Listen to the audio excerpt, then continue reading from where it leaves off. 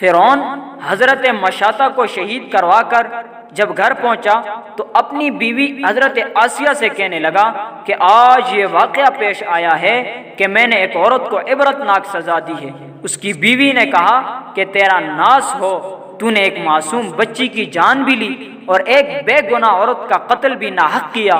فرعون نے کہا میں نے اس کو اس لیے عبرتناک سزا دی کہ وہ مجھے خدا نہیں مانتی تھی۔ یہ سن کر حضرت آسیہ رضی اللہ تعالی عنہا نے کہا کہ خدا تو میں بھی تجھے نہیں مانتی بلکہ تو ایک عام انسان ہے۔ جب فرعون نے یہ سنا تو حیران رہ گیا کیونکہ اسے حضرت آسیہ رضی اللہ تعالی عنہا سے بڑی محبت تھی۔ حضرت آسیہ کو اللہ تعالیٰ نے بڑا حسن و جمال عطا کیا تھا، اس وجہ سے وہ اس سے بڑی محبت کرتا تھا۔ چنانچہ فرعون کہنے لگا کہ تم کیسی باتیں کر رہی ہو؟ وہ کہنے لگی میں بالکل ٹھیک کہہ رہی ہوں کہ تو جھوٹا ہے۔ پروردگار تو وہی ہے جس کا پیغام لے کر حضرت موسیٰ علیہ السلام تشریف لائے ہیں۔ فرعون نے یہ بات سنی تو اسے بہت غصہ آیا، لہٰذا کہنے لگا کہ میں تمہارا بھی وہی حشر کراؤں گا جو میں نے مشاطہ کا کروایا۔ وہ کہنے لگی تو جو چاہتا ہے کر لے، میرے ساتھ میرا پروردگار ہے۔ اب میں نے فیصلہ کر لیا ہے کہ میں اپنے پروردگار کو نہیں چھوڑ سکتی، البتہ تیری ہر چیز کو لات مار سکتی ہوں۔ جب اس نے یہ باتیں سنی تو وہ پھر دربار میں آیا۔ اب پھر اس نے لوگوں کو بلوایا اور کہنے لگا دیکھو یہ کتنی بڑی سازش ہو گئی ہے، موسیٰ علیہ السلام نے میری بیوی کو بھی بہکا لیا۔ آج میں اس عورت کو یا تو مار ڈالوں گا یا پھر وہ اپنی بات سے ہٹ جائے گی۔ چنانچہ اس نے اپنی بیوی کو گرفتار کروا کر دربان میں بلایا تو وہ تو ملکہ تھی، اس کے اشاروں پر نوکر چاکر بھاگ بھاگ کر کام کیا کرتے تھے۔ لوگ احترام کی وجہ سے اس کی طرف آنکھ اٹھا کر بھی نہیں دیکھتے تھے۔ آج وہ فرعون کے دربار میں ملزمہ بن کر کھڑی ہے۔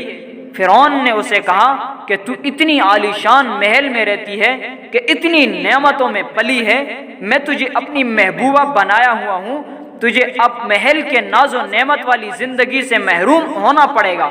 بہتر ہے تو اب بھی باز آ جا اور مجھے الہ مان لے، مجھے اللہ مان لے۔ وہ کہنے لگی اب میں نے ایمان قبول کر لیا ہے، لہٰذا میں اپنی بات سے پیچھے نہیں ہٹ سکتی۔ چنانچہ فرعون نے فیصلہ کر لیا کہ میں اسے بھی سزا دوں گا۔ فرعون نے سب سے پہلے سزا کے طور پر اسے رسوا کرنے کا فیصلہ کیا۔ چنانچہ اس نے کہا کہ سب سے پہلے اس عورت کے جسم سے لباس اتار دیا جائے۔ اب بتائیے کہ کسی مرد کو کہا جائے کہ تجھے لوگوں کے درمیان بے لباس کر دیں گے، مرد کو کتنی شرم آتی ہے۔ وہ چاہتا ہے کہ زمین پھٹ جائے اور میں اندر اتر جاؤں۔ وہ تو بالآخر عورت تھی، اور عورت کے اندر تو اللہ تبارک و تعالیٰ نے شرم و حیا رکھی ہوئی ہے، شرم و حیا رکھی ہوتی ہے۔ فرعون نے اس کے جسم سے لباس اتروا دیا۔ آپ سوچئے کہ وہ اب کتنی عجیب صورتحال کا شکار ہوئی۔ ایک طرف ایمان ہے اور دوسری طرف امتحان ہے۔ وہ ڈٹی رہی۔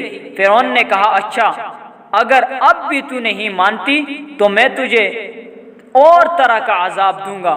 چنانچہ فرعون نے کہا کہ اس کا منہ میرے محل کی طرف کر کے لٹا دو تاکہ آخری وقت بھی نگاہیں اس کی میرے محل پر لگی رہیں اور اس کے ذہن میں یہ بات رہے کہ میں ان نعمتوں کو ٹھکرا کر ذلیل و خوار ہو کر مر رہی ہوں۔ لہٰذا اسے فرعون کے حکم کے مطابق لٹا دیا گیا۔ اس کے ہاتھوں اور پاؤں میں لوہے کی کیلیں گاڑ دی گئی تاکہ ہل نہ سکیں۔ اس کے بعد فرعون نے لوگوں کو بلا کر کہا کہ اس کے جسم سے کھال کو جدا کرنا شروع کر دو۔ اب بتائیے کہ وہ زندہ عورت ہے اور اس کے جسم سے کھال اتاری جا رہی ہے، نازک بدن ہے مگر اس کو برداشت کر رہی ہے، اسے اللہ کے نام پر تکلیف دی جا رہی ہے۔ اس طرح اس کے جسم سے کھال اتار دی گئی۔